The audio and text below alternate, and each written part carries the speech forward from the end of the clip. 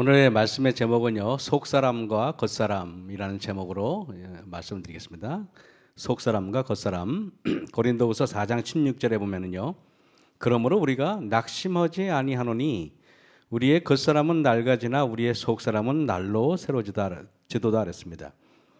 여러분, 우리가 낙심할 일이 언제인지 아십니까? 사실은 우리가 겉사람이 후패해질 때마다 우리는 낙심하게 됩니다. 여러분 인생을 살면서 몇 번 느꼈죠? 지금은 제가 왜 그런지 모르겠지만은 49살에서 50 넘어갈 때 굉장히 충격을 받았어요. 내가 50대인가 그랬어요. 근데 지금 보니까 그게 그때가 다시 돌아가고 싶어. 또 언젠가는 제 이 나이가 또 부러울 때가 있겠죠. 여러분도 그렇게 생각 안 하세요? 여러분도 인생에 충격을 받은 적이 있었죠, 그죠? 모습을 보면서 나의 변해가는 모습을 보면서 아마 여기 성도님들도 많이 충격을 받았을 거라고 생각합니다. 그러다가 또 몇 해 지나면 또 잠잠해집니다. 다윈이하고 요한이는 지금 이 말을 전혀 이해를 못할 겁니다. 새파랗게 젊으니까. 근데 그죠? 여기 그 연세 드신 장로님들이나 뭐 집사님들은 아마 제 말에 굉장히 공감을 할 거라고 생각합니다. 여러분 오늘 아까 참 이게 고린도후서에 보면은요. 그러므로 우리가 낙심하지 고린도후서 4장이에요. 고린도후서는요. 고린도라는 도시를 먼저 알아야 됩니다. 여기가 고린도라는 도시가 여기 빨간 표시가 된 게 고린도 교회, 고린도 도시예요. 아테네는 저쪽에 있죠. 수도가 고린도인데 가만히 보세요. 요 섬이 펠레폰네소스라는 섬이고요. 저게 본토예요. 가만히 보니까 본토에서 펠로폰네소스라는 섬에 넘어가는 길목에 있죠. 그죠? 그러면 보세요, 여러분. 요 바다에서 요 바다까지 터널을 그때 운하를 뚫었어요. 그러면 모든 배가 돌아가는 게 낫겠어요? 통과하는 게 낫겠어요? 통과하는 게 낫죠.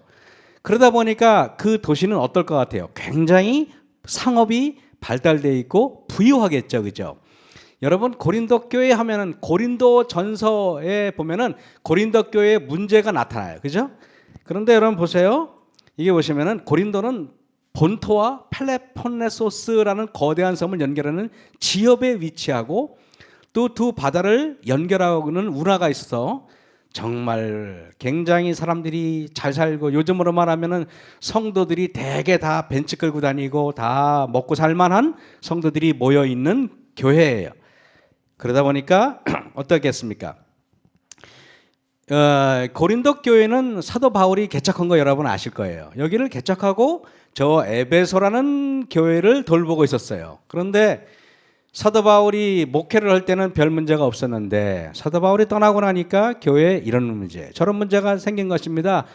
이러는 겁니다. 목사님, 우리 교회에 이런 문제가 있어요. 저런 문제가 있어요. 라고 하는데 그 문제가 무슨 문제냐면은 근친상간의 문제, 불신자와의 결혼 문제, 이혼 문제 등등 또 네가 사도냐 이런 문제 등등 여러 문제가 생겼습니다.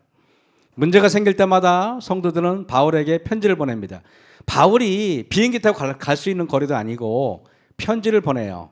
이렇게 편지를 보내가지고 그 문제를 해결합니다. 여러분, 자, 그 고린도 바울 기념교회가 지금 실제로 여기 있어요. 이게 실제로입니다. 에베소에서 바울은 성도들을 책망하였고 교훈하였을 때 교인들은 바울의 말을 순종하여서 문제 있는 당사자들을 부릅니다. 이 문제를 해결하지 않으면 당신을 출교시키겠다고. 그래가지고 그 말씀에 순종한 사람들은 사도 바울의 말씀에 순종한 사람들은 다시 회복되었고 아닌 사람들은 교회에서 출교를 시켜버렸어요. 그러니까 출교당한 사람이 가만히 있습니까? 뭐라 그럽니까? 야, 바울이 뭔데 나한테 이래? 그래 안 그래요? 바울이 12사도야? 바울이 누가 사도라 그랬어? 이렇게 나온 거예요. 그러니까 사도 바울의 사도 직분을 의심하는 얘기를 해요. 사도 직분에 대해서 의심하니까 그래서 사도 바울이 다른 거는 다 참는데 여러분 만약에 사도 직분을 무시당하면은 하나님의 말씀의 권위가 있다 없다? 없어요. 그러니까 이거는 사도 바울이 강력하게 옹호를 해야 됩니다. 그래서 사도 바울이 여기서 보면은 고린도후서 4장에는 사도 바울이 낙심하지 않는다는 구절이 3개 나와요. 그 말이 뭡니까? 사도 바울도 상당히 힘든 문제였다는 거예요. 왜? 야, 나 낙심 안 해. 이 말은 낙심할 일이 있으니까 그런 말 하는 거예요. 그죠? 근데 그걸 믿음으로 이겼다는 말이죠. 그죠? 사도 바울도 낙심하게 할 만큼 심각한 문제가 고린도후서에 있었어요. 그래서 사도 바울이 여기 고린도후서 4장에 보여요. 이러므로 우리가 이 직분을 받아 긍휼하심을 입은 대로 낙심하지 아니하고 우겨 싸움을 당하여도 낙심하지 아니하고. 여러분, 그렇게 4장 16절 오늘 설교 제목입니다. 그러므로 우리가 낙심하지 아니하노니 겉사람은 후패하나 우리의 속은 날로 새롭도다. 제가 이렇게 교회마다 가보면요, 특별히 마석교회는 연세 드신 어르신들이 굉장히 많았어요. 지금도 많고 계시지만은. 그럼 연세 드신 분들이 가면은 주로 이렇게 병석에 있어서 담임 목사가 이렇게 방문할 때가 많아요. 방문하면은 여기 아프시고 저기 아프시고 그래요.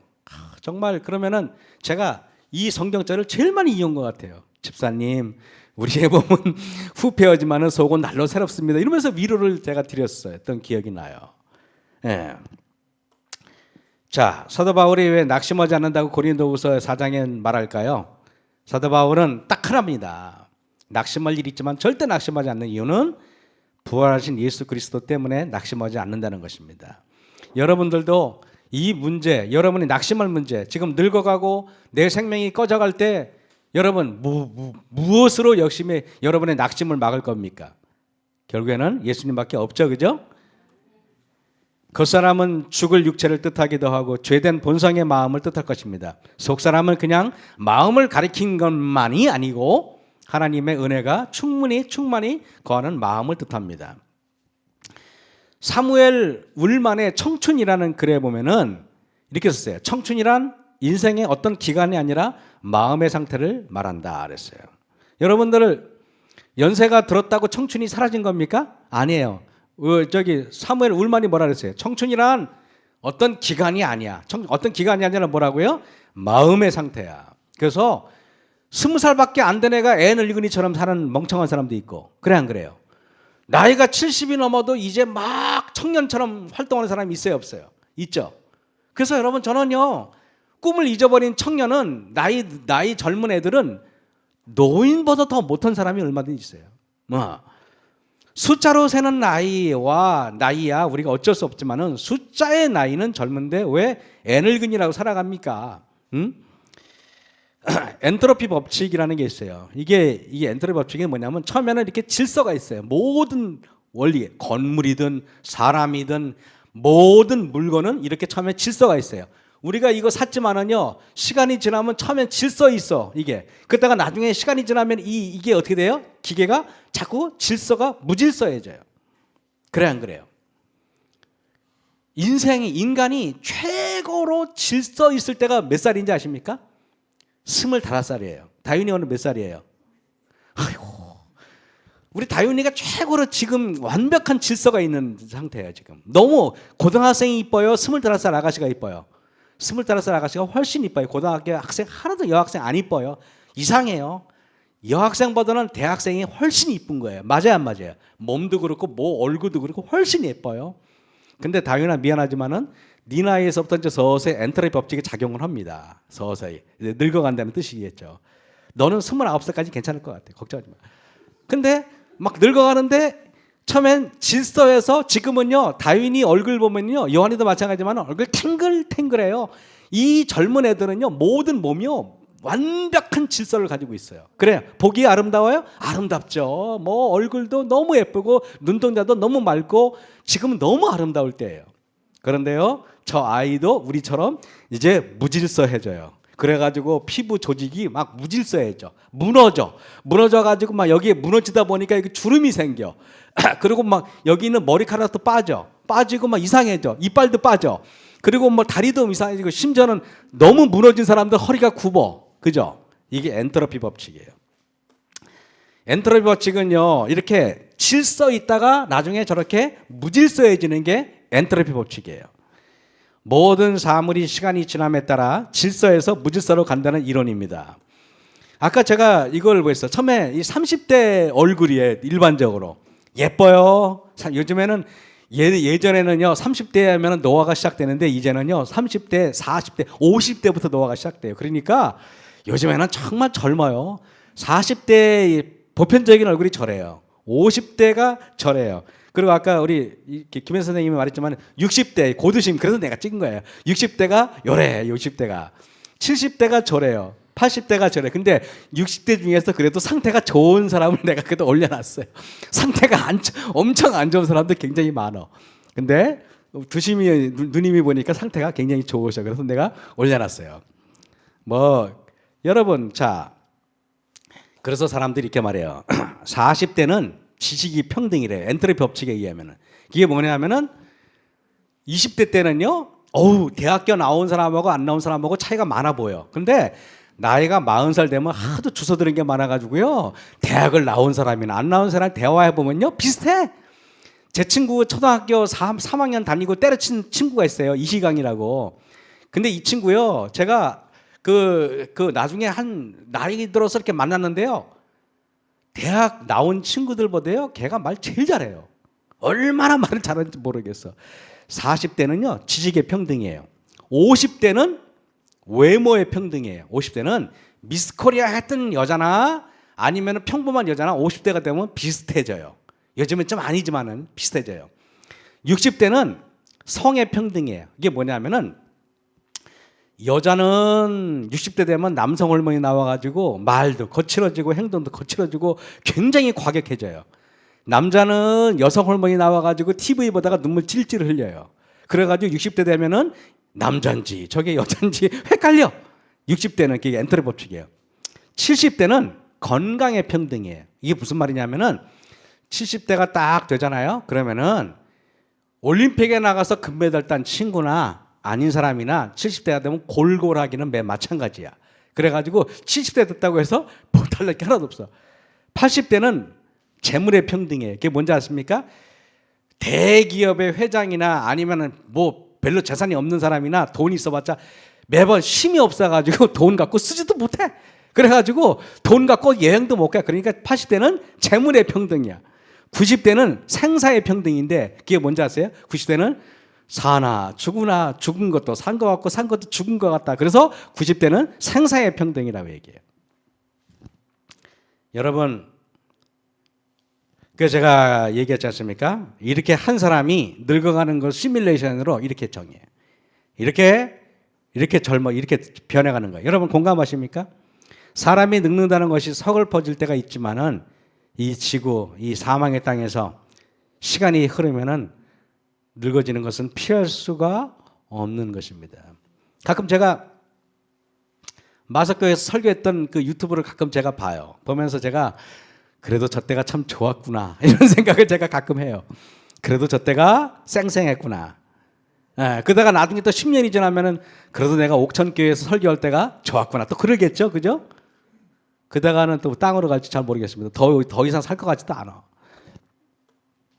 여러분, 내면의 세계와 외면의 세계 보겠습니다.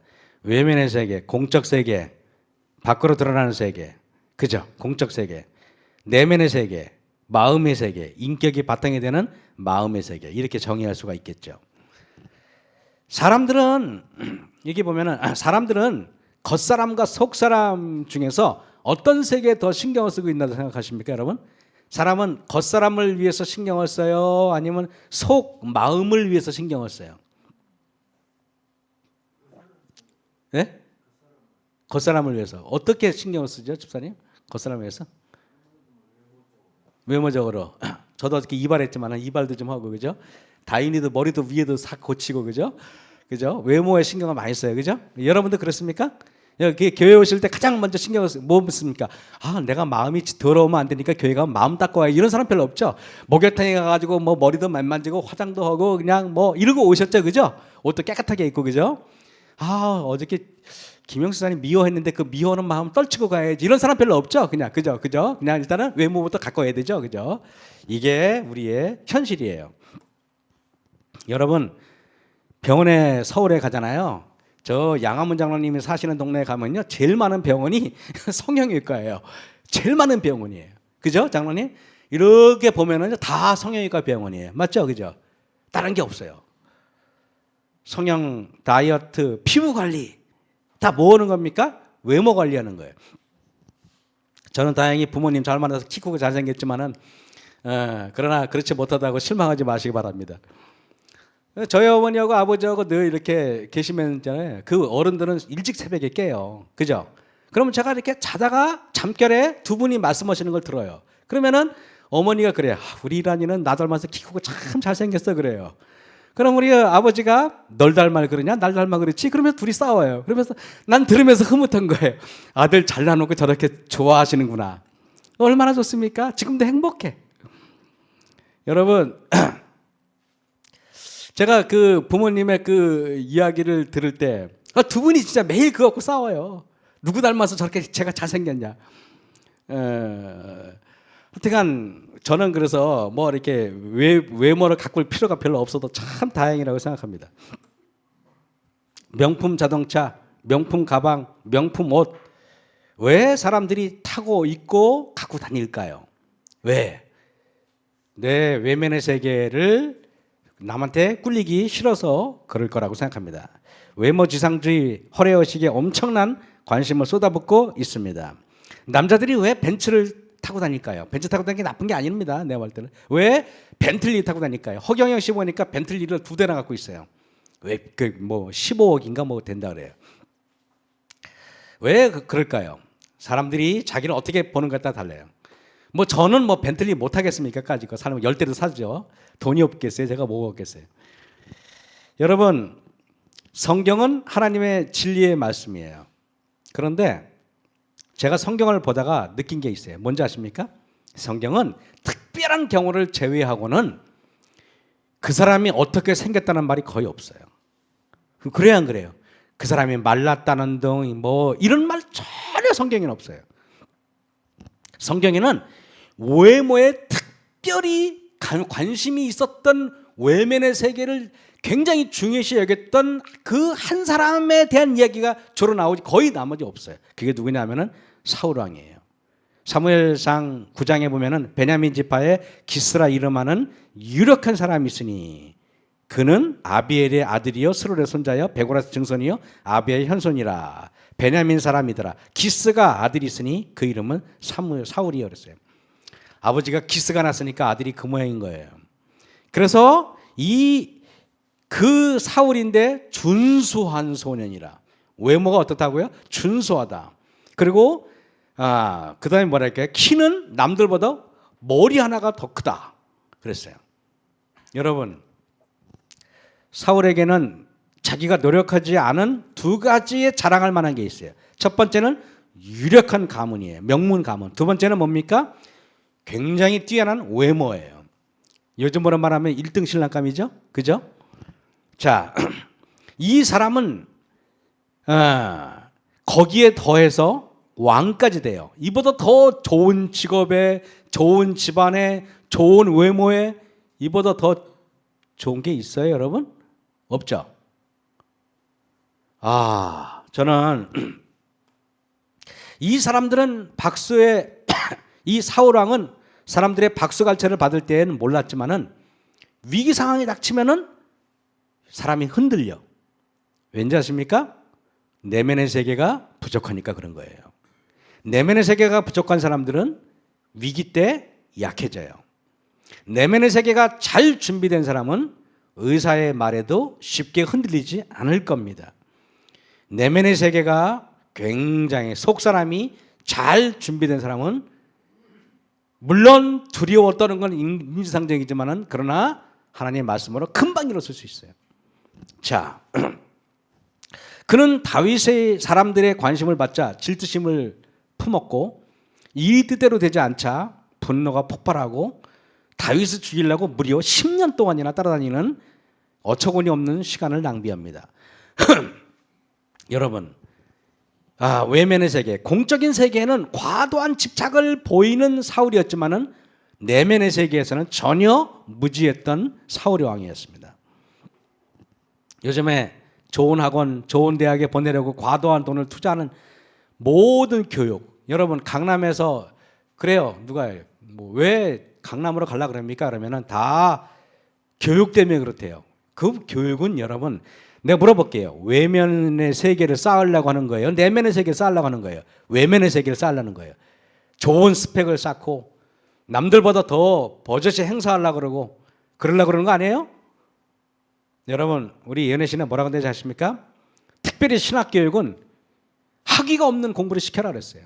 대학교 나왔다는 거 자랑할 만한 겁니까? 그게 대단한 겁니까? 아니라고 난 생각을 해요.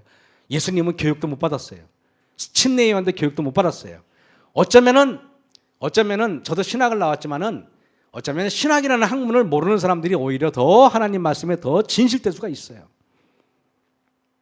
제가 여담입니다만 제가 가장 존경하는 목사님이 강상진 목사님이신데 언제 한번 우리 교회 모실게요. 강상진 목사님이 한 번은 그 외국어 대학교 다니시다가 이렇게 전도를 해가지고 우리 교회에 오셨어요. 목사님이 예언의 신을 읽는데 너무 재밌어가지고 야 이거 안 되겠다 싶어가지고 저 강원도 미산에 가가지고 성경과 예언의 신만 가지고 산에 가서 3년 동안이나 혼자 책을 봤어요. 말씀이 너무 달고 오묘해서 다른 걸 할 마음이 없었어요. 그래가지고 그 당시 외대 나왔으면은요 도고동문학과 나오셨거든요. 머리도 좋고 여기저기 기업체에서 오라 그랬지만 안 가셨어요. 목사님 그러다가 이제 결혼했는데 사모님이 여보 신학가 그래가지고 옆구리 찔러가지고 삼육대학 신학에 갔어요. 신학가 가지고 딱 일주일 만에 보따리 싸고 다시 내려왔어요. 왠지 아십니까? 대학 가니까 배울 게 없는 거야. 네 여러분, 그래가지고 결국엔 사모님 다시 해가지고 어쩔 수 없이 다시 가서 대학을 졸업했지만은 저는 동의해요. 제가 만약에 다시 한다면은 만약에 이게 목회가 신학 아니라도 목회할 길이 있었다면 난 신학 안 했을 거예요. 필요가 없어요. 차라리 산에 가서 차라리 고명한 목사님한테 가서 정말로 생명 있는 신학을 공부하고 싶어요. 내가 솔직한 마음이에요. 제가 아주 친한 후배 목사한테 옛날에 들었는데 이게 진짜 경험담이에요. 목사님이 사경위를 딱 갔어요. 사경위를 딱 갔는데 근데 이 목사님이 막 철도 없고 그래가지고 준비도 안 하고 딱 갔는데 설교를 했는데 사경위가 엉망진창이 됐어요. 성도들은 여기저기 전혀 공감을 하지 않고 자기도 공감하지 않았어요. 목사님이 설교 끝나고 나서 식은땀을 쫙 흘린 다음에 숙소로 들어와가지고 공포에 사로잡혔어요. 그래서 목사님이 어떻게 하는지 아십니까? 가방을 싸고 옷을 다 해가지고 야밤 도주를 했어요. 진짜입니다. 그래가지고 그 아침에 장로님이 목사님 식사하셔야지 하고 문을 열어봤더니 목사님이 안 계셔. 전화했더니 전화가 꺼져 있어. 알고 봤더니 목사님이 도망갔어. 직원이가 난리가 났습니다. 그래가지고 사경이가 없던 걸 냈어요. 그 목사님이 그 때문에 사경이가 그에 못 이루어졌어요. 여러분 지금도 그 목사님 지금 훌륭한 목사님 됐으니 걱정하지 마십시오. 내가 누구라고 이렇게 말하고 싶지만은 혹시 또 방송을 볼까봐 내가 말을 못하겠어. 근데요, 여러분 그 젊은 목사는 앞으로 6일 동안 그 교회에서 사경이를 생각하니 끔찍하니까 도망간 거예요. 가끔 저도 이렇게 설교 준비를 하는데 어떤 주는요 죽어도 설교가 준비가 안 될 때가 있어요. 그냥 며칠 전부터 고민했는데 안 풀려. 금요일 날 됐어요. 밤 예배를 마치고 딱 서재에 들어앉았는데 밤 12시가 됐는데 아직도 제목도 못 정했어. 저요 솔직히 여기서 고백하지만은요 제가 마석에 있을 때예요. 도망가고 싶었어요 진짜로. 진짜예요. 너무 힘들어가지고. 그래서 밤에 잠을 못 자고 너무 피곤하니까 새벽 3시에 또 일어나. 그냥 잘 눈만 붙였다가. 그래가지고 이렇게 그때는 어떻게 하는지 아십니까? 그냥 무릎을 꿇어요. 하나님 아무것도 없어요. 말씀도 없고 아무것도 없어요. 주세요. 그리고 하잖아요. 그 다음부터는 놀라운 천응력이 발휘됩니다. 내가 하는 거예요? 하나님 하는 거예요? 하나님이 주시는 거예요. 갑자기 여지가 원고가 정리가 되면서 팍 치는데 제 타자 실력도 꽤 높아요. 굉장히 빨라요. 400대 이상은 쳐요. 손이 움직이는데 순식간에 원고를 하나 만들어가지고 그래가지고 아침 10시가 돼도 안 끝나. 그냥 뭐 성도들이 오는데 나는 그냥 서재에 앉아가지고 그냥 막 하고 그래서 헐레벌떡 설교의 단상에 올린 적이 한두 번이 아니에요. 여러분 가끔 여러분도 설거지 다 내려놓을 때가 싶을 때가 있죠. 에휴 주부다 그만두고 도망가고 싶을 때가 있고 그죠? 때로는 학교 다니다가 땡땡이 치고 싶어서 난 땡땡이를 쳐봤어요. 아버지한테 죽을 만큼 엄마한테 두들겨 맞았지만은 여러분 이렇듯 당장 내가 그 일에 소홀하면은 큰일 나요. 외면의 세계는 그렇다는 것입니다. 내가 하는 의무를 저버리잖아요. 난리가 납니다. 그런데요, 내면의 세계, 내가 기도 안 해. 누가 모르는 사람 있어요? 내가 말씀 연구 안 해요. 누가 모르는 사람 있어요? 내면의 세계는 소홀해도 당장 무슨 일이 일어나지 않아요. 그러니까 사람이 외면의 세계에 집중합니까? 내면의 세계에 집중합니까? 외면의 세계에 집중할 수밖에 없는 거예요. 체면이 있잖아요. 여러분 맞아요? 그런데 내면의 세계는 당장 무슨 일이 일어나지 않지만은 결국엔 나의 근본을 침몰시키는 건, 붕괴시키는 것은 내면의 세계입니까? 외면의 세계입니까? 내면의 세계. 여러분 명심하시기 바랍니다. 기도, 말씀 연구, 독서를 하지 않았다고 해서 당장 무슨 문제가 생기는 거 아니에요. 지금 운동 안 했다고 해서 당장 문제가 생기는 거 아니에요. 여러분 운동도 여러분 내면의 세계예요. 여러분 운동은 외면의 세계가 아닙니다.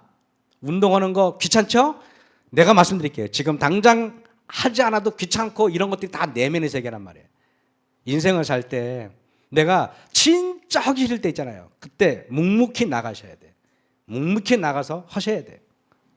내면의 세계. 내면의 세계에 집중한 사람들은요, 외면의 세계만 겨우 한 사람에 비해서 뭔가 내공이 있어요. 사람이 다르단 말이에요. 여러분 세계에서 가장 인구가 많은 도시가 어딘지 아십니까? 맞히면은 이거 진짜 뭐 줄 것도 없네. 인구가 가장 많은 도시가 어디 같아요? 양화원 장은 어디 갔습니까? 설마 서울이라 그러진 않겠지? 예, 예, 예? 뉴욕. 김영수 사님은? 예? 뉴욕. 다윤이는? 베이징. 그래도 다윤이가 좀 낫다. 예, 낫죠 다윤이가. 제가 말씀드릴게요. 제가 정확한 통계입니다. 1위는 도쿄입니다. 인구 3,739만 3천 땡땡명이에요. 2위 델리, 인도의 뉴델리 알죠? 인도 델리, 뉴델리 3천만이에요. 3위 상하이 2,700만이에요. 4위 사우파울로 브라질 2,200만 명이에요. 5위 멕시코시티 2,100만 명이에요. 6위 저기 방글라데시 데카예요. 2,100만 명이에요. 7위 카이로 2천만 명. 이집트의 수도 카이로 알죠? 8위 베이징. 그죠 다윤아. 여기 2천만 명이에요. 9위 인도 붐베이 2천만 명이에요. 10위 일본의 오사카가 서울보다 2배 커요. 1,900만 명이에요. 11위 뉴욕이에요. 아까 그래도 내가 뉴욕을 꼭 10위까지 하려다가 뉴욕은 장로님 그러실까 봐 내가 적어놨어. 1,800만 명이에요. 그리고 서울은 몇일까? 서울은 35위. 996만 8천 명이에요. 서울은 35위밖에 안 됩니다. 근데 그 중에 제가 여러분에게 주목하는 게 멕시코시티예요. 멕시코시티는 해발 한 3,000m, 4,000m, 이렇게 굉장히 2,000m가 높은 데 있어요. 물어볼게요. 멕시코시티에는 강이 많겠어요? 안 많겠어요? 별로 없겠죠, 그죠? 그럼 이 사람들은 물을 어디서 이렇게 상수도도 있겠지만은 주로 어디서 할 것 같아? 그렇지, 지하수. 그럼 지하수를 계속 파내면은 집안이 약해지겠지. 그러면 도시가 어떻게 되겠어요? 가라앉지. 제가 왜 이 말이에요? 집안이 가라앉아. 물이 빠지면은 집안이 가라앉으면은 자, 근데 처음에는요 물을 빼도 사람들 눈에 보여 안 보여? 안 보여. 내면의 세계도 이와 같은 거예요, 여러분. 내면의 세계도 무슨 말인지 알겠습니까? 여러분이 가끔 제가 방문을 갈 때 예고 없는 방문은 잘 안 가요. 그래서 제가 누구한테 뭘 갖다 줘도 몰래 대문에 갖다 두고 오면서 전화하거나 그렇지 미리 가서 집사님 그리고 그런 신뢰를 범하지 않아요. 왜? 특히 여자분들은 굉장히 싫어하는 걸 내가 알아. 오래 목회하면서 내 경험이야. 왜냐하면 외면의 세계가 흩어졌거든. 외면의 세계가 화장도 안 하고 흩어졌는데 갑자기 죄송하지만 연세 드신 분은 제가 그냥 갑니다. 어르신들은 다 인생을 살았기 때문에 뭐랄까요 다 그만한 여유가 있어요. 그러나 특히 젊을수록 조심해요. 싫어합니다 아주.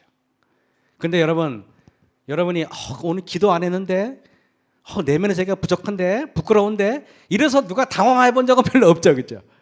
그만큼 우리가 내면의 세계에 대해서 별로 관심이 없는 것입니다. 보이지 않는 내면의 세계가 견고하지 못하다면은 언젠가는 멕시코시티가 주저앉듯이 지금 여러분 난리가 났어요. 인도의 자카르타라는 도시가 지금 하도 지금 물을 빼내서 가지고 자카르타라는 도시가 지금 가라앉고 있어요. 그래서 인도네시아 정부에서 지금 빨리 제2의 수도로 지금 세워가지고 지금 난리가 났어요. 인구를 지금 이동시키려고 난리가 났어요. 자카르타 거기 반둥이라는 그 섬이 있잖아요. 아니 반둥이라는 도시도 있고 거기 무슨 섬이야 여기? 자바섬인가? 잠언서 4장 23절에 모든 지킬 만한 것보다 더욱 내 마음을 지키라. 마음이 지키라. 이게 뭐예요? 속 사람을 말하는 거 아니에요? 네. 생명의 근원이 이에서 남이니라 그랬습니다. 여러분 고린도서 4장에 어떻게 하면 우리의 속 사람이 강해질까? 고린도서 4장에 이래요. 어두운 데서 빛이 비치려 하시던 그 예수 하나님께서 예수 그리스도의 얼굴에 있는 하나님의 영광을 아는 빛을 우리 마음에 비추셨느니라. 우리가 이 보배 그리스도죠. 질그릇에 가졌으니 여러분 흙으로 빚어진 거 동의하십니까? 여러분의 보배가 예수님이죠. 예수님이 여러분 안에 있으면 여러분 뭡니까? 보물 단지예요. 그래 안 그래요? 맞죠? 여러분 질그릇에 예수님을 가졌으니까 보물 단지 아니에요? 근데 여러분의 예수님이 없으면 뭐예요? 쓰레기 단지죠. 자, 선지자 왕 460쪽에 사람의 마음은 하나님의 은혜로 새로워져야 한다. 중요합니다. 여러분, 사람의 마음은 수련을 통해서 새로워지는 게 아니에요. 그죠? 사람의 마음은 뭘로요? 하나님의 은혜로 새로워져야 한다. 은혜가 누구예요? 은혜가 보혜사, 그죠? 성령 하나님이죠. 그렇지 않으면 생애의 순결을 찾으려는 노력이 헛될 것이다 그랬어요. 여러분 이사야 42장에 이래요. 내가 붙드는 나의 종 내 마음에 기뻐하는 자 곧 내가 택한 사람을 보라. 누구예요? 이사야 선지자가 예수님 오시기 거의 800년 전에 예언했어요. 내가 나의 영을 그에게 주었은즉 하나님께서 말씀하시기를 내가 예수님한테 성령을 부어 주었은즉 그랬습니다. 실제로 예수님이 침례받을 때 성령이 비둘기같이 예수님 위에 내렸어요, 안 내렸어요? 내렸죠. 그 말하는 거예요. 그가 이방의 정의를 베풀리라. 그는 외치지 아니하며 목소리를 높이지 아니하며 그 소리를 거리에 들리게 하지 아니하며 상할 때를 꺾지 아니하며 꺼져가는 등불을 끄지 아니한다 그랬어요. 여러분 이사야 선지자는 60년 동안 사역을 했는데 메시아의 품성에 대한 일을 지금 여기서 언급하는 거예요. 근데 여러분 성령이 부어졌으니까 어떻게 보세요? 성령 충만한지 아닌지는 뭘로 아냐? 첫째, 그는 외치지 아니하며. 성령이 충만한 사람의 특징은 목소리를 높이지 않는데요. 길거리에서 사고 나면은 목소리 큰 사람이 이겨요? 목소리 부드러운 사람이 이겨요? 제가 죄송해요. 이런 사람이 있어요? 없죠, 그죠? 제가 지금 우리 교회차가 병원에 갔는데 교회차를 한 번은 그때 강전 이사님을 한번 모시러 가던 내가 말했지만은 이게 브레이크가 잘 안 돼요. 그때도 고친다. 패드가 문제가 아니라 어저께 가봤더니 이게 기름이 새나 봐. 근본적인 문제라 지금 좀 수리를 좀 한참 해야 될 것 같아요. 어저께 맡겼는데 아직도 못 고쳤어요. 근데 이게 제가 운전을 하다가 브레이크가 안 돼가지고 딱 섰는데 그냥 쑥 가가지고 앞차를 싹 들이받았어요. 교회차로. 근데 그게 살짝 이렇게 쾅이 아니라 살짝 뽀뽀하는 식으로 살짝 들이받았어요. 그래서 앞에 사람이 살짝 늦게 됐죠. 이거 알죠? 그 느낌. 사람이 나보고 저쪽으로 오래요. 갔어요. 근데 그 사람이 이렇게 막 보더라고. 근데 저쪽에 그 사람의 탄한 그 등이 깨졌어. 알고 봤더니 내가 이쪽 갔는데 이게 깨졌는데 먼저 깨진 거 분명해. 근데 그 사람이 딱 보더니 이걸 훑어보더니 이렇게 보더니 그냥 가세요? 그러더라고요. 그래서 그냥 다행히 제가 그냥 왔어요. 여러분 사람이 이렇게 큰 소리를 내는 사람은 내면의 세계가 아무것도 없는 사람이라 그래요. 큰 소리 내는 사람 있잖아요. 이게 보세요. 사람이 왜 목소리를 높입니까? 왜 엄마가 애한테 목소리를 높입니까? 자녀가 부모의 말을 듣지 않기 때문에 그래요. 내 주장이 받아들이지 않으면 나도 모르게 목소리가 높아져요. 내면의 세계로 상대방을 압도해야 되는데, 인격으로 압도해야 되는데 인격은 하나도 없고, 그러니까 뭘로 해야 돼요? 목소리로 해야 되는 겁니다. 인격이 없으니까 목소리를 해야겠죠. 요즘에 우리나라 정치에서 이렇게 보면은 서로 상대방을 끌어내리는 걸 보면서 우리 국민들은 엄청 많이 실망했을 것 같아요. 나는 그래서 뉴스 들으면 안 들어 그냥. 왜냐하면은 스트레스를 받으니까. 여러분도 맞죠, 그죠? 듣지 마세요. 세계 관광지를 가보면은 여기 장가게인데 바위마다 자기 이름을 딱 기록했어요. 사람은 왜 그럽니까? 자기 이름을 존재를 드러내고 싶은 거예요. 내가 존재가 드러나지 않았을 때는요, 왜 무시해? 그래요. 사람은 내 존재를 누가 붕괴면은 가만히 있지 않습니다. 이사야 53장 7절 보세요. 그가 곤욕을 당하여 괴로울 때에도 그 입을 열지 아니하였으며. 여러분, 예수님은 그 목소리를 높여야 안 높여요? 엉뚱한 소리를 하고 모함을 하고 대도 않는 말로 그분을 괴롭히지만 예수님은 절대 목소리를 높이지 않아요. 왜? 성령이 충만하니까 그런 거예요. 아무 말씀도 하지 않아요. 입을 열지 아니하고 마치 도수장으로 끌려가는 어린 양 같이 조용합니다. 아무 말씀도 하지 않아요. 시대서망 706쪽에 예수님께서는 모순된 증언들을 참을성 있게 들으셨다. 여러분, 누가 여러분에게 말 같지도 않은 모함을 하면 여러분 참을 수 있어요? 말이 끝나기 전에 벌써 얼굴은 울그락불그락하고 밑에서부터 뭔가 치밀어 올라오죠, 그죠? 그래서 경상도 말에 치밀어 올라오다 보면은 이게 뚜껑이 열리는 거예요. 왜냐하면 이렇게 김이 확 하면 스팀이 열리는 겁니다. 그래서 모든 분노는 밑에서부터 위로 올라와요. 그러나 성령 하나님의 내면의 세계가 정직한 사람은 위에서부터 이렇게 내려와요. 성령이 내려오고 모든 악한 것들은 밑에서 위로 치밀어 올라요. 그래서 성경을 보면은 모든 악한 세력들, 다니엘서를 보든 계시록을 보든 다 마귀의 세력들은 밑에서 위로 치밀어 올라와요. 그래서 여러분 이따가 내가 딱 말하잖아요. 근데 뭐 밑에서 막 치밀어 올라오잖아요. 그러면은 내가 뭔가 마귀가 준동하는구나 느끼시면 됩니다. 내가 옳고 그런 건 중요하지 않아. 응? 예수님이 가장 비인간적인 방법으로 취급을 받으며 재판받으셨지만은 그분은 온유한 침묵으로 일관하셨다 그랬어요. 온유한 침묵으로 일관하셨다. 여러분 계시록 13장 5절에 보니까 또 재미난 말이 있어요. 또 짐승이 큰 말과 참남된 말. 짐승은요, 마귀는요, 큰 말이 뭐예요? 목소리가 크다는 거예요. 크게 외쳐요.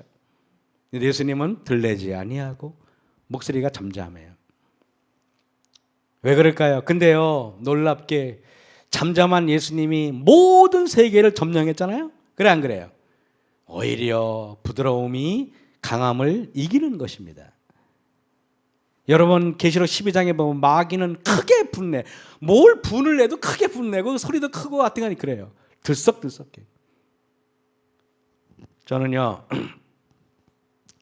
성령은 내면에서 외면으로 흐르는 어떤 에너지다. 제가 제목을 적었잖아요.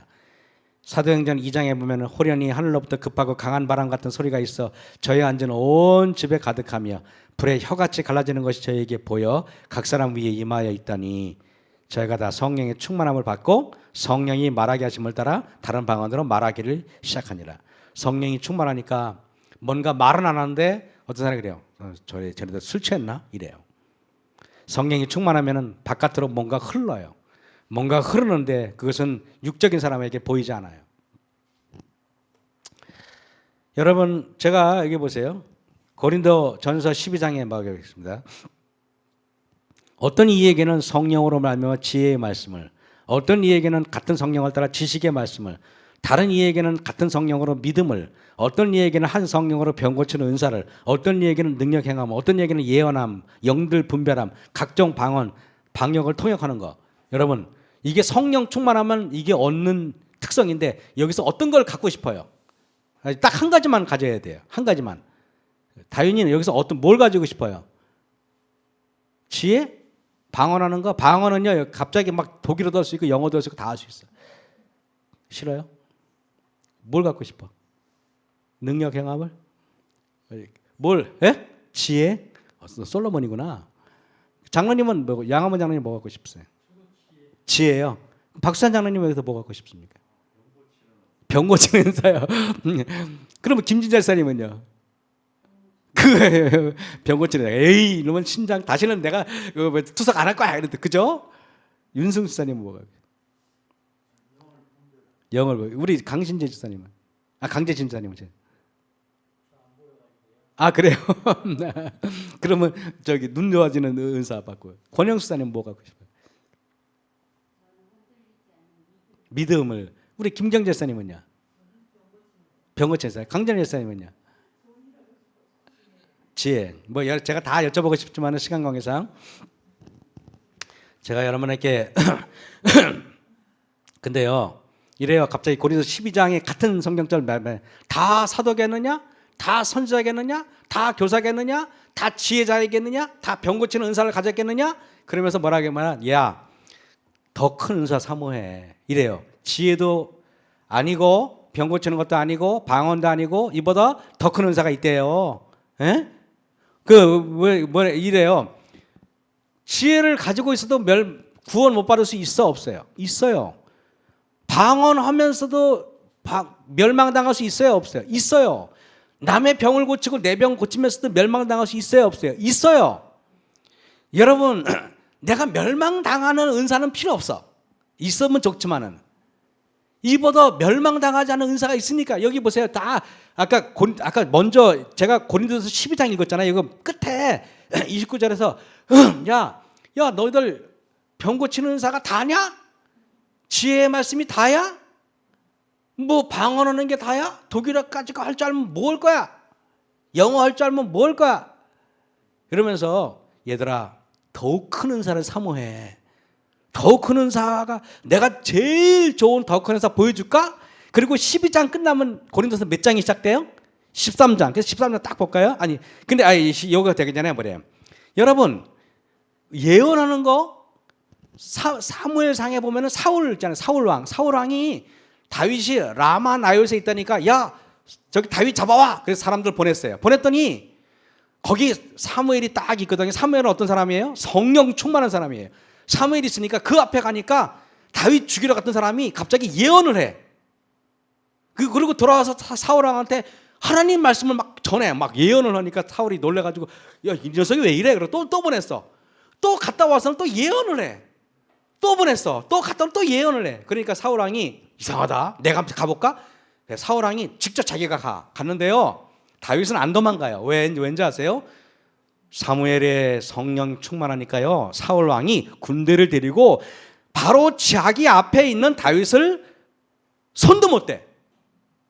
성령은 에너지가 있다 없다? 있다는 거예요. 그런데 놀랍게 그 사울 왕, 그 악한 사울 왕조차도 예언을 한다는 거예요. 그러니까 사람들이 말해요. 사울 왕도 선지자야? 라고 말하는 거예요. 제가 드리고 싶은 말은 예언하는 거, 지혜의 말씀을 전하는 거, 병 고치는 은사가 있는 거 보다도 더 큰 은사가 필요하다는 거예요. 하다못해 사울왕도 예언하는데 뭐 사울왕도 지혜의 말씀을 가지고 있는데 뭐 할 게 뭐 할 말이 다 있어요? 그죠? 그래서 고린도서 13장에 내가 사람의 방언은 아까 지혜의 말씀은 천사의 말 아니에요? 천사의 말을 할지라도 사랑이 없으면 쓸데없다 이 말입니다. 예언을 해도 믿음이 충만해도 어떤 사람은요 믿음이 너무 충만해가지고 사랑자 말 괴롭히는 사람도 있어. 나 그런 사람 다 별로 믿음이 충만해도 병을 잘 고쳐도요 얼마나 병 고치는 거 가지고 돈 벌이하는 사람들 봤어 내가. 다 필요 없어요. 산을 옮길 만한 믿음 이 정도면 권영사님이 갖고 싶은 믿음 아니에요? 그래도 사랑이 없으면 소용이 없어요. 맞아요, 맞아요. 너무 놀라워 오늘. 너무 놀라워. 제가 여러분 오늘 그래서 제가 왜인지 아십니까? 산을 옮길 만한 믿음도 모두 실제로는 외면의 세계와 밀접한 연관이 있는데 정말 내면의 세계는 사랑밖에 없더라 이겁니다. 그죠? 저는 이걸 보면서 아침에 설교 준비를 하면서 마음이 뜨거워졌어요. 하나님 더욱 큰 은사가 있네요. 우리가 기도해야 될 게 앞으로는 여러분 기도할 때 이럴 거 아니에요. 뭐 어쩌면 건강적인 문제 하나님 건강에 대한 이야기만 계속 하나님한테 하면은 하나님이 얘야 나는 네 내면의 세계를 들어가고 싶은데 너는 그 얘기밖에 안 하니? 이러실 것 같아. 그죠? 하나님께서 원하시는 게 과연 무엇일까? 여러분 보세요. 내가 방언하고 천사의 말하고 예언하고 뭐 산을 옮길 만한 믿음이 있어도 내게 아무 유익이 없을 수 있다 없다. 뭐가 없으면은 사랑이 없으면 유익이 없다는 것입니다. 그래서 이거 볼까요? 제가요 사랑은 오래 참고 온유하며 다 알죠 여러분. 이거 모르시는 분 없죠. 근데 제가 왜 어떤 거는 빨간 글씨로 밑줄 쳤고 그죠? 어떤 거는 파란 글씨로 밑줄 쳤잖아요. 왜 그런지 아십니까 이거? 이걸 딱 왜 김일환 목사가 이렇게 했을까? 왜 이런 것 같아요? 빨리 분석해 보세요. 예? 사실은 자랑하지 않고 교만하지 않는 것도 품상변화와 일정하지 않을까요? 목사님? 왜 그럴 것 같아요? 태연아 왜 그럴 것 같아요? 혹시 이거 알아맞혀 보세요. 장로님, 박선장님 하실 말씀 있습니까? 그게 아니고 자 보세요. 항상 해라 하는 거는 빨간 글씨를 해놨고 하지 말라 그러는 건 파란 글씨였어. 가만히 맞아요. 그죠? 너무 놀랍게 십계명도요. 처음에는 내 하나님을 공경하라 해라 해놓고 그리고 가운데는 뭐 하지 마라 그러고 나중에 저기 안식일을 지켜서 거룩히 지켜라 해놓고 중간에는 하지 마라. 망령도 익혔지 마라 막 그러잖아요. 놀랍게 여기도 놀랍게 처음에는 해라 그러고 중간에는 하지 말라 그러고 나중에는 해라. 결국에는 하는 거와 하지 말 것과 하는 것을 제대로 아는 게 사랑이더라고. 놀랍게.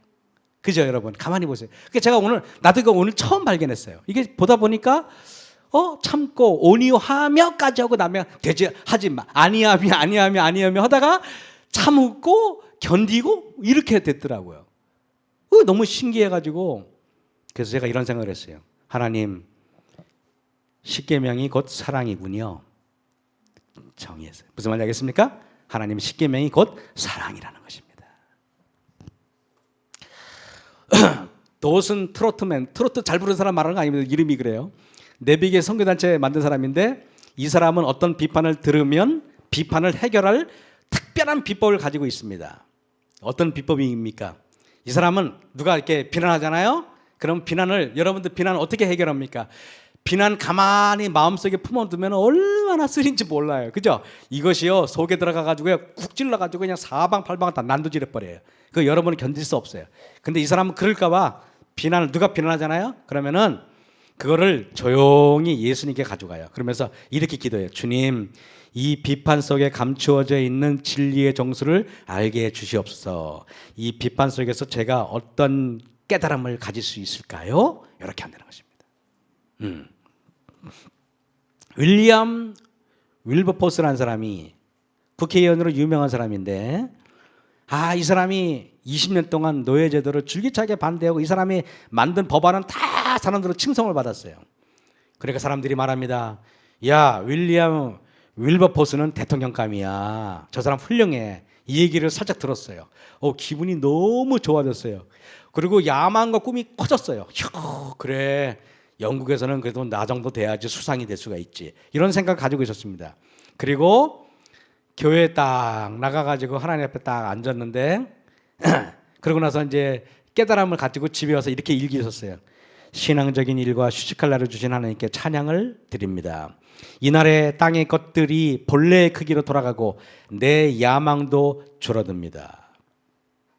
여러분 교회 오시면은요 걱정 이만큼 가지고 오신 분도 하나님 말씀을 듣고 걱정거리가 줄어들면은 제 설교와 하나님 말씀은 여러분과 오늘 우리의 사회에 역사하는 것입니다. 맞아요. 오늘 내 마음에 이만한 불안한 보따리를 가지고 왔는데 하나님 말씀으로 내 불안이 작아졌다면 여러분은 말씀으로 오늘 은혜를 받은 겁니다. 그죠? 한참 웃고 떠들다고 설교 은혜 받는 게 아니에요. 사실은. 고든 맥도날드라는 사람이 이렇게 말했어요. 만약에 군중의 박수갈채가 우레와도 같았을 순간이 있었다면 그때 요한의 내면을 울리는 하나님의 목소리는 보다 컸으리라. 이 말이 뭡니까? 유대 나라에서 사방팔방에서 침례 요한을 보자고 하는 사람들이 옵니다. 인기가 충만합니다. 침례 요한이 으스컬만 하지 않아요, 여러분? 그래 안 그래요? 아니 전 유대가 나라가 들썩이는데 요새 뭐 대통령 후보 뭐 지지율이 30%도 안 돼 겨우 29%만 돼도 그냥 좋아가지고 헐레벌레 한데 거의 뭐 전 유대 거의 100% 가까운 사람들이 침례 요한 그러는데 여러분 같으면은 으쓱되지 않겠습니까? 사람들은 그의 앞에서 막 울면서 회개합니다. 그의 설교 한마디에 감동해가지고 눈물을 주르륵 흘려요. 전 설교하면 성도들이 주무시지만 그래가지고 이렇게 하지만은 그러나 그는 구원자 되시는 예수님의 오심을 준비하는 광야의 소리로 만족합니다. 자칫 그가 분수를 잃어버리고 구리처럼 행사할 수도 있었습니다. 그러나 그는 이런 무수한 시험 앞에서 외면의 소리를 잠잠하게 한 것은 뭔지 아십니까? 내면의 소리가 컸기 때문에 외면의 소리를 잠재울 수 있었던 겁니다. 내면의 소리가 없었던 사람은 어떻게 됐을까요? 바로 후딱 넘어가 버립니다. 지금 수많은 개신교회 지도자들이 술렁이고 있어요. 일요일 교회에서 존경받던 개신교회 한성호 목사님이 몇 년 전에 양심 선언을 하고 조선일보, 중앙일보, 동아일보에 안식일이 맞다 그리고 올린 거 기억나십니까? 개신교회가 난리가 났어요. 한성호 목사님 오면은 개신교회에서 굉장히 존경받는 목사님이거든요. 그리고 제가 있던 원주에서 제일 큰 교회가 어디냐면 영광교회라고 있어요. 영광교회는 교회 버스만 몇 대고 거기는 교회 학교도 운영해요. 쉐마 학교인가 뭔가 있어요. 근데 그 교회 목사님이 예언의 신을 달달달달 읽은 사람이에요. 그 목사님 설교하면요 목소리 설교 좋다고 난립니다. 여러분 믿지 않겠지만은 제가 장로교회 가서 모른 척하고 장로교회 목사처럼 설교하면 사람들이 따라옵니다. 정말입니다. 그런데 이 목사님이 대제트 청소를 정말 열심히 읽었어요. 설교하니까 성도들이 난리가 난 거예요. 그러니까 그 교회가 확 성장을 해버립니다. 그런데 이 목사님 어느 날 선언했어요. 주 5일째니까 토요일과 일요일을 정식 예배를 드리겠습니다. 사실은 그분이 안식일이 어떤 날인가 알기 때문에 차마 대놓고는 못하고 그래서 원주에 가면은 영광교회 가면은 일요일도 예배를 드리고 토요일 날도 정식으로 예배를 드립니다. 언젠가는요 사람들이 대놓고 이제는 안식일 날 이 문제 저 문제 때문에 양심을 지금 눌러놓고 일요일 날 예배를 드리지만은 그러나 상당히 많은 수천 명 수만 명의 목사님들이 제7일 안식일이 예수님의 성일이라는 거 다 알고 있어요. 이제 재림교회가 뜨뜻미지근해 가지고 그냥 졸고 있으면은 하나님이 그 사람들로 다 채워버릴 겁니다. 리비언 헤럴드에 1893년에 이랬어요. 이 마른 뼈들이 이상은 죄와 허물로 영적으로 완전히 죽어있는 이스라엘 민족을 표상한다. 이것은 또한 뜨뜻미지근하고 헌신도 열성도 사랑도 없는 라오디게 교회 상태를 표시하기도 한다. 내가 내 행위를 아노니 내가 살았다는 이름 아래서 실상은 죽은 자로다. 이 교회가 어느 교회일까요? 제가 말하는 게 이 말을 제가 이 교회는 개신교회일까요? 천주교회일까요? 아니면 어디일까요? 놀랍게 여러분 여기 교회 증언 4권의 라오디게아 교회의 기별은 현대 진리를 믿는다고 공언하는 하나님의 백성들에게 적용된다. 우리 재림교회를 말하는 겁니다. 그러면은요 에스겔 37장에 나와 있는 마른 뼈는 어느 교회를 말하는 겁니까? 놀랍게도 제7일 안식일 예수 재림교회를 말하는 거예요. 근데 여러분이 봐도 그런 것 같아요? 안 그런 것 같아요? 그런 것 같죠? 동의하는 게 더 서글픈 겁니다. 아니에요. 나 이랬으면 좋겠는데 또 다 끄떡끄떡하니까 마음이 또 아파요. 근데 어쩔 수가 없어요. 그죠? 사실이니까. 자, 많은 사람들이 리비안 헤럴드 보면은 뜨뜻미지근한 상태에 놓여 있는 까닭은 그들이 한 빛으로부터 보다 큰 빛으로 나아가면서 진리의 지식 가운데 자라나가며 믿음으로 생애하지 않는 까닭이다. 각 시대별로 모든 남은 무리들이 공통적인 특징이 있어요. 그것은 바로 그들이 살아있을 당시에 각 시대마다 하나님께서 양심을 통하여 말씀하시는 모든 말씀을 불순종했기 때문에 순종하는 사람들만 남은 무리에 가담하였고 불순종하는 사람들은 그렇지 못하는 거죠. 대쟁투 315쪽에 보겠습니다. 교회가 하나님의 분명한 섭리를 쫓지 않고 모든 빛을 받아들이지 아니하고 제시된 모든 의무를 이행하지 않을 것 같으면 종교는 다분히 형식화되어 버리고 생명력이 넘치는 경건의 정신은 사라져 버릴 것이다.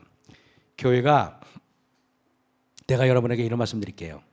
교회가요, 교인들이 무슨 문제가 있잖아요. 그러면 그거 직원이 했어 라고 말하는 교회는요, 형식화돼서 그런 거예요. 사실은요, 교회가 성령 충만하잖아요. 솔직히 성도들이 모이면은 하도 믿음으로 얘기하기 때문에 직원이 할 필요도 없어요. 제가 말씀드릴게요. 중국의 유명한 선교사 허드슨 테일러가 선교를 뜨겁게 했어요. 성령 충만한 사람이에요. 중국이 삽시간에 그의 선교회에서 몇 년 안에 100만 명의 성도가 됐어요. 그래가지고 대표자들이 모였습니다. 모여가지고 양 2주 동안 회의를 하는데, 모였는데요, 안 꺼는데 매일 싸우는 거야. 뭐 이게 어쩌고 저게 어쩌고 막 싸워. 허슨 테일러 목사님이 몇 년 동안 총회 이렇게 하다가 어느 해에 목사님이 선포를 했습니다. 여러분, 저희들은 회의를 하지 않겠습니다. 그래서 뭔지 아십니까? 우리는 말씀과 기도회만 하겠습니다. 그래가지고 목사님이 설교하고, 영성 있는 목사님들 올라와서 설교하고 기도하고 기도하니까 일주일 동안 하니까 성도들이 어느 날 갑자기 막 회개하고 눈물을 흘리게 됐어요. 그리고 목사님이 이야기했습니다. 여러분, 이제 마지막 날 안건을 토의하겠습니다. 2주 동안 끝나지 않던 회의가 딱 1시간 내서 다 끝나버렸어요. 제가 왜 이런 얘기하는지 아십니까? 교회에서 직원이 하면 어떤 사람이 형식화된 교인인지 아닌지 금방 알아요. 어떤 사람이 제일 교회 말썽꾸러기인지 아십니까? 가만히 있다가, 자, 이것으로 이제 저 직원이 끝날까요? 그럼 가만히 있다가 꼭 손들고 목사님 그러면서 회의를 뒤집어 엎는 사람이 있어요. 이런 사람들은 교회에서 항상 보면은 악의 축이에요. 정말 힘들어요. 이런 사람들은 교회에서 정말로 문제가 많은 사람이에요. 저는 그래서 딱 직원이 한 번만 해보면 어떤 교인이 이 교회의 트러블 메이커인지 대번할 수 있어요. 여러분, 절대 그러면 안 됩니다. 계시록 3장 20절에 보겠습니다. 볼지어다 내가 문 밖에 서서 두드리노니 누구든지 내 음성을 듣고 문을 열면 내가 그에게로 들어가 그로 더불어 먹고 그는 나로 더불어 마구리라. 이 단순한 말씀이 의미가 무슨 말인지 아십니까? 예수께서는 여러분의 외면의 세계에 들어오시고 싶어서 두드리는 게 아니라 내면의 세계. 사실은요, 여러분이 이런 기도할 때 하나님은 굉장히 기뻐해요. 어떤 기도인지 아십니까? 하나님, 제 품성이 너무 부족합니다. 제가 어떻게 하면 분노를 하지 않을까요? 그러면 하나님께서는 온 하늘이 마치 성령이 부어주려고 준비하고 있다가 하나님께서 갑자기 개입한다 그랬어요.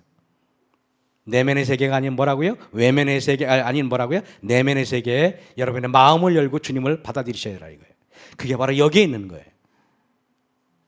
우리가 기도할 때 우리는 외면의 문제를 주로 알립니다.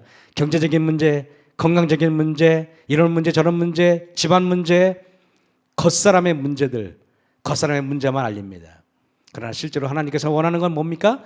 속사람 속에 있는 내면의 문제를 주님 앞에 올려놨을 때 그분께서는 우리 안에 들어와서 그 문제를 본질적인 문제를 해결하기를 원해요. 여러분 들어보셨죠? 혈루병 걸린 여자가 의사한테 가요. 그러니까 뭐 의사한테 가면은요 나은 것 같아요. 나 났어. 그런데 몇 달이 지나면 또 재발해. 났어, 재발해. 났어, 재발해. 근데 예수님은 찾아갑니다. 예수님은 옷자락을 만져요. 옷자락을 딱 만지니까 그다음부터 여자가 딱 났는데 마가복음 5장 이렇게 돼 있어요. 그의 병이 근원적으로 낫다는 말이 있어요. 근원적으로. 여러분의 사실은요, 기도가 여러분의 사실은 본질적인 문제가 언제 근원적으로 해결되는지 아십니까? 속에 있는 속 사람이 완전히 회복되었을 때 근원적인 치료가 되는 거예요. 그래서 기도도 내가 겉사람의 기도인지 속사람의 기도인지, 그렇다고 내가 겉사람의 기도 하지 말라는 거 아니에요. 그렇다고 내가 뭐 당장 끼니가 없는데 기도하지 말라는 거 아니에요. 굶어 죽으라는 말 아니에요. 그것도 하지만은, 그러나 왜냐면 우리가요 맨날 속사람 한다고 맨날 성경 보고 집에 앉아가지고 일도 안 하고 그냥 방도 그냥 설거지도 안 하고 이러고 맨날 저기 책 보고 그러면 하지사님 그는 곤란하잖아요, 그죠? 그러면 안 되잖아요, 그러면. 그러니까 뭐 잡초다가도 뽑아야 되고, 그죠? 설거지도 해야 되지. 하지만은 내면의 문제가 더 잘 정리된 사람은 외면의 문제도 저절로 해결된다는 거 제가 말씀드리겠습니다. 오늘 여러분에게 제가 여러 말씀을 드렸습니다. 우리 주님께서는 오늘도 여러분이 이렇게 기도하기를 원해요. 하나님, 저의 문제, 고린도전서 12장의 은사가 아닌 고린도전서 13장의 그 문제를 주님 앞에 나가야 돼요. 하나님, 저는 이 은사를 원합니다. 가만히 보니까 여러분 아까 뭐 오래 참으며 그러는데, 그게 가만히 보니까 믿지 않는 사람들은 그거를 시를 올려요. 근데 그게 무슨 은사라? 성령의 은사인데요. 하나님, 불교 다니는 사람들도 뭐 사랑은 오래 참고, 성령 없이 사랑돼요? 오래 참을 수 있어요? 성령 없이 견딜 수 있어요? 성령 없이 질투하지 않을 수 있어요? 성령을 싹 빼놓고 그거만 하면 된다, 안 된다? 안 됩니다. 결국에는 내면의 문제가 완전히 해결되는 건 뭐밖에 없다?